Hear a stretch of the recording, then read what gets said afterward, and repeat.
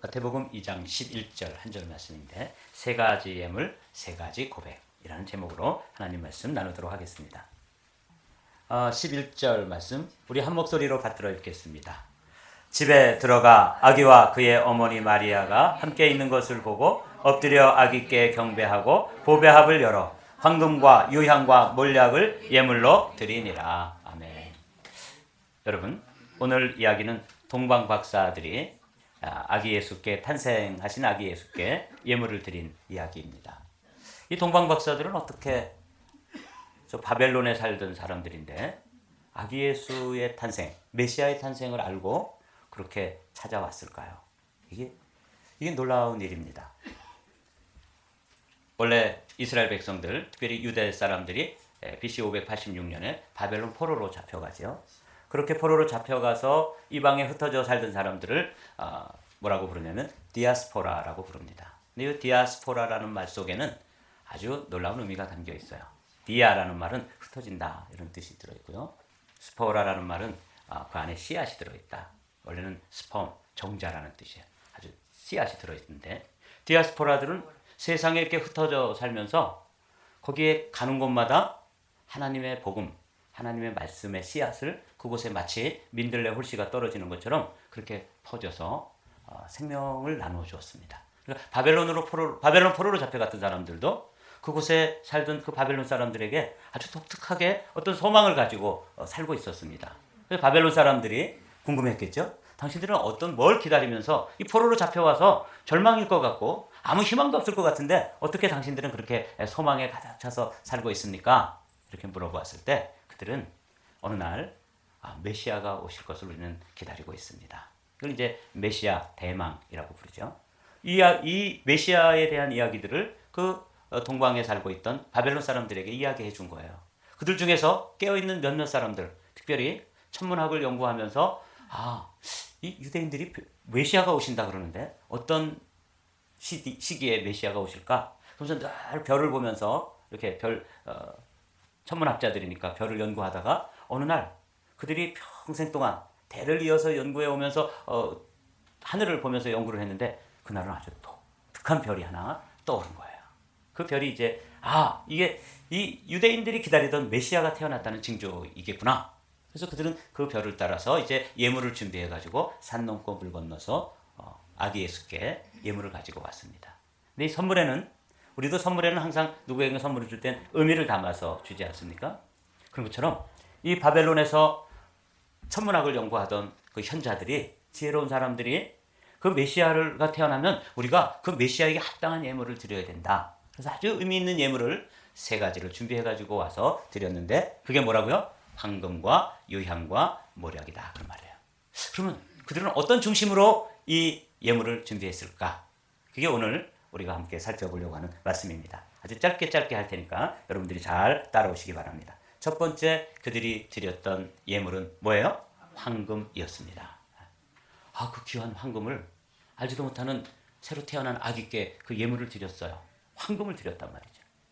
그럼 어떤 의미가 들어있냐면 사실 오늘 우리가 광고하기 전에 좀 5절까지 되어 있는 긴 찬송을 불렀잖아요. 그 찬송은 이 예물에 대한 해석이 들어있는 찬양입니다. 첫 번째로 이 황금에 대해서 이렇게 해석하고 있습니다. 베들레헴 임금께 나는 황금 드리네. 그러니까 태어나신 그 아기가 누구라는 거예요?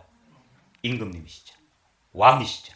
그래서 황금은 누구에게 드리는 예물이냐면 당신은 왕이십니다 하는 고백이 믿음의 고백이 그 안에 담겨 있는 거예요. 그러니까 그 동방에서 온 그 박사들이 이 태어나실 아기 그 자신들이 유대인들에게 들었던 메시아가 탄생한다 하는 그 이야기를 전해 듣고 하늘의 별을 연구하면서 메시아가 언제 탄생할 것인가 연구하고 또 기다리다가 정말 메시아를 나타내는 그런 별이 나타났을 때 그들은 그 별이신 예수님께 아기 예수께 합당한 예물을 드려야 되는데 그분이 누구라는 신앙 고백이 담겨 있다고요? 당신은 왕이십니다.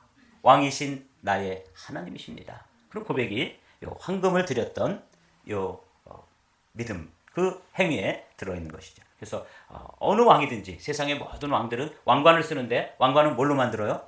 황금으로 만들어요. 뭐 은으로 만들거나 이런 거 없습니다. 황금으로 만드는데 이거는 대대로 또 성경에서도 그리고 그 동방 사람들도 황금은 왕을 의미한다. 왕권이죠. 근데 여기 2절에 베들레헴 임금께 나는 황금 드리네. 영원토록 모든 백성 다스려 주소서. 우리가 그 찬양을 지금 드린 거예요. 하나님께.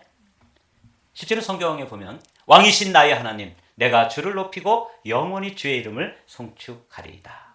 시편에 있는 말씀이죠. 뿐만 아니라 요한계시록에 보면 예수님이 어떤 분이신지에 대해서 나타내고 있어요. 저희가 어린 양으로 더불어 싸우려니와 다 같이 어린 양은 만주의 주이시요 만왕의 왕이심으로 저희를 이기실 터이요. 제가 있습니다. 또 그와 함께 있는 자들 곧 부르심을 입고 빼내심을 얻고 진실한 자들을 이기리로다.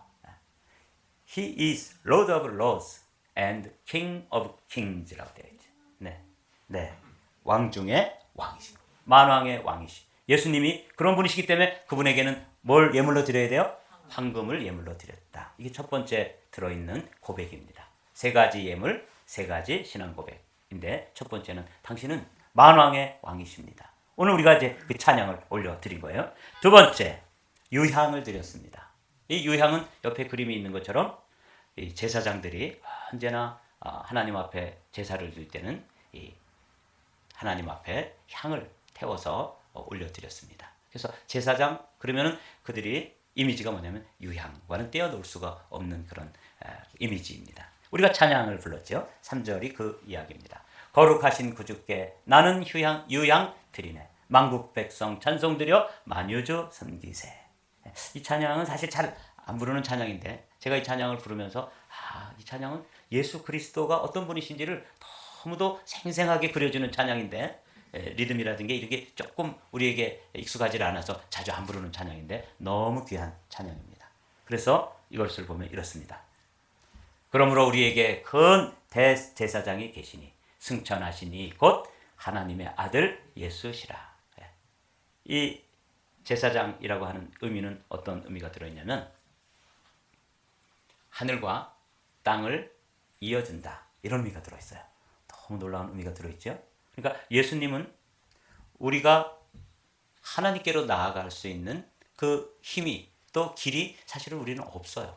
그런데 예수께서 뭐라고 말씀하시냐면 내가 곧 길이다. 이렇게 말씀하시죠. 그래서 그분이 이 땅과 하늘을 이어주는 그 다리가 되어주는 것이죠. 그분이 제사장이에요.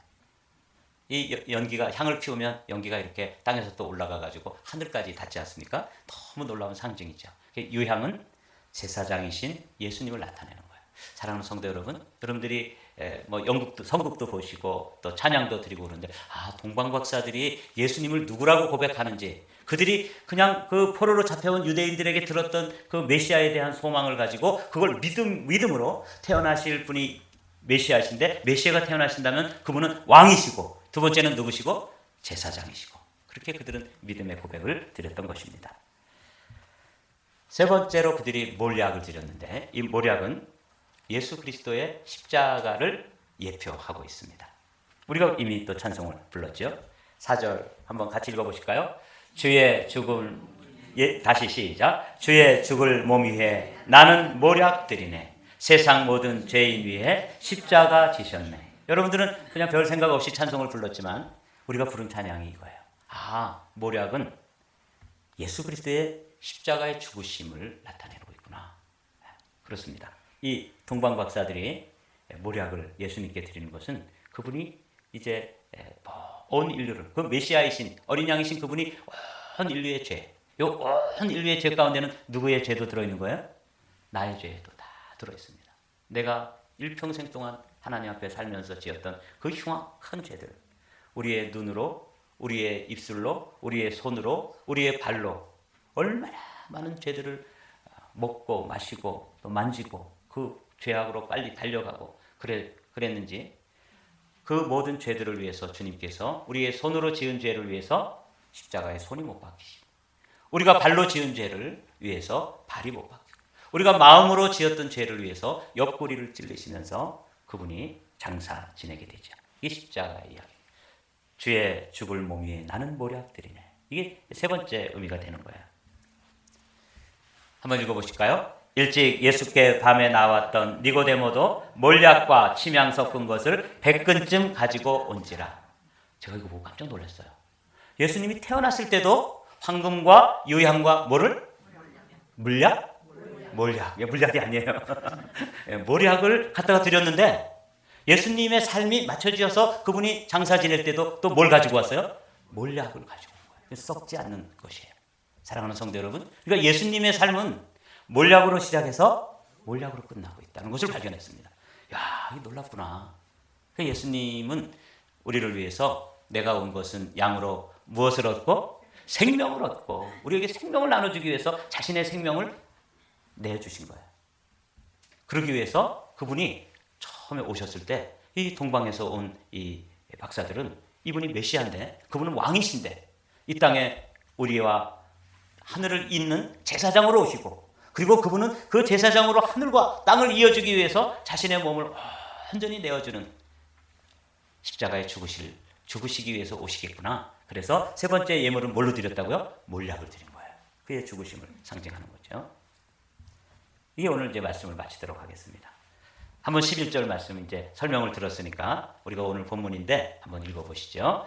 집에 들어가 아기와 그의 어머니 마리아가 함께 있는 것을 보고 엎드려 아기께 경배하고 보배합을 열어 황금과 유향과 몰약을 예물로 드리니라. 아멘. 또 우리는 요약을 잘하잖아요. 요약을 해야죠. 세 가지 예물, 세 가지 고백. 황금, 그럼 여러분들이 고백을 하시는 겁니다. 황금,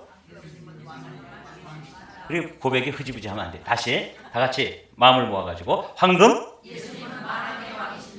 유향, 몰약,